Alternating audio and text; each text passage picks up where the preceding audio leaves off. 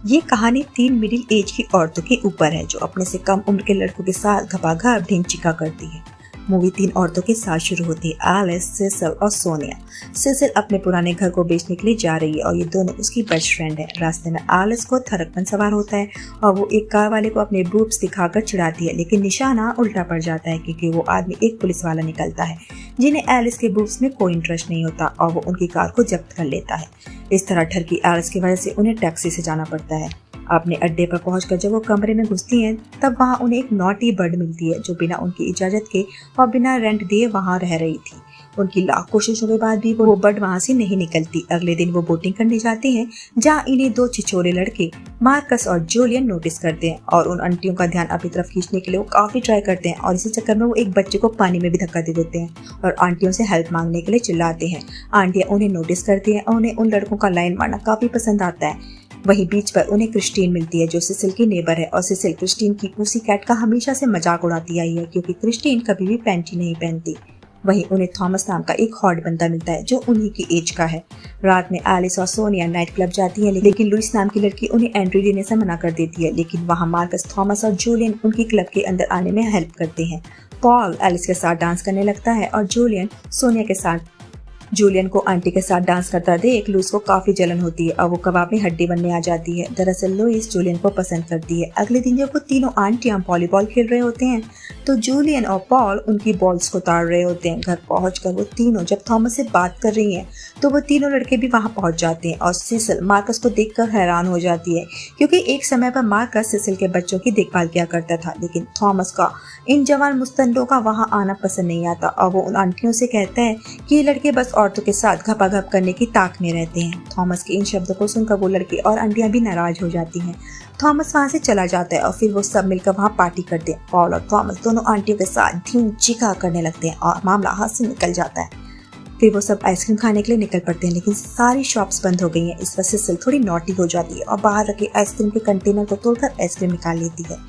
Car में जगह कम होने के कारण सोनिया जूलियन की गोद में बैठ जाती है जिसकी वजह से जूलियन एक्साइटेड होने लगता है और थोड़ी देर बाद वो कार रोकने को कहता है और कार से उतर जाता है। उसके साथ बाकी 2 लड़के भी उतर जाते हैं ये देखने के लिए कि जूलियन को क्या हुआ है और वो देखते हैं कि जूलियन की पैंट गीली हो गई है।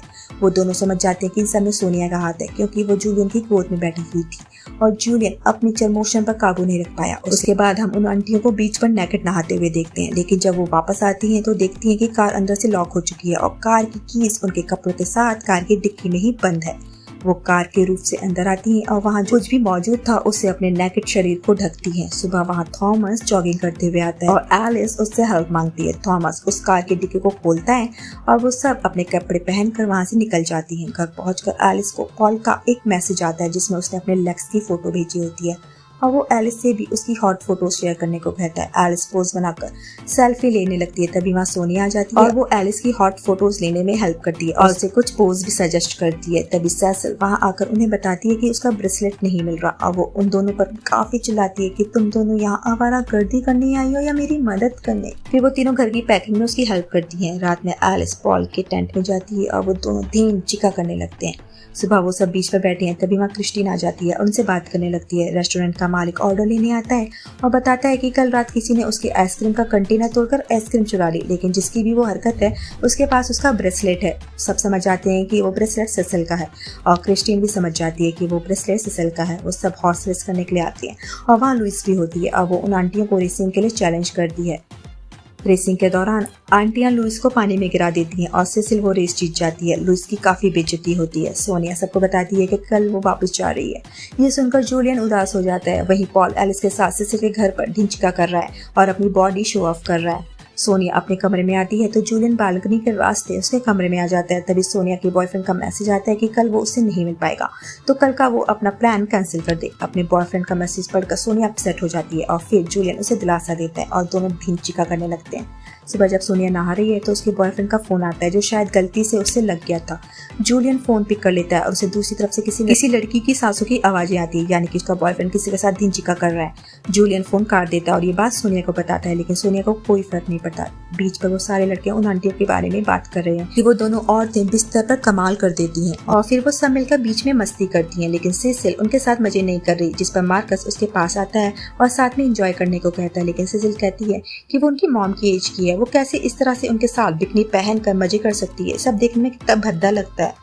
पॉल एलिस के साथ है और बीच पर एक लड़की की हेल्प करने के लिए जाता है। बीच पर एलिस को उसके कुछ क्लाइंट्स मिलते हैं और बातें करने लगते हैं। पीछे से पॉल आ जाता है और उन्हें लगता है कि वो एलिस का बेटा है, लेकिन पॉल जब एलिस के बम्स को दबाता है तो वो समझ जाते हैं कि आंटी का इस लड़के के साथ चक्कर चल रहा है। एलिस की बेटी भी उसके साथ छुट्टियां बिताने के लिए आ जाती है। एलिस सोनिया से कहती है कि जूलियन तुम्हारे लिए सीरियस है और अगर तुम बस उसके साथ टाइम पास कर रही हो तो उसे अभी बता दो। सोनिया एलिस की बात मानकर जूलियन के पास आती है, लेकिन वो फिर से उसके साथ ढिंचिका करने लगती है और उसके बाद वो दोनों आपस में बातें करते हैं। जूलियन उससे कहता है कि अगर वो गलती से प्रेग्नेंट भी हो जाती है तो उसे शादी कर लेगा।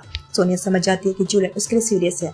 वहाँ सिसिल कुछ सामान खरीद रही है और वहाँ क्रिस्टीन आकर उसे उसका ब्रेसलेट देती है जो वो ओनर से किसी तरह से ले आई थी।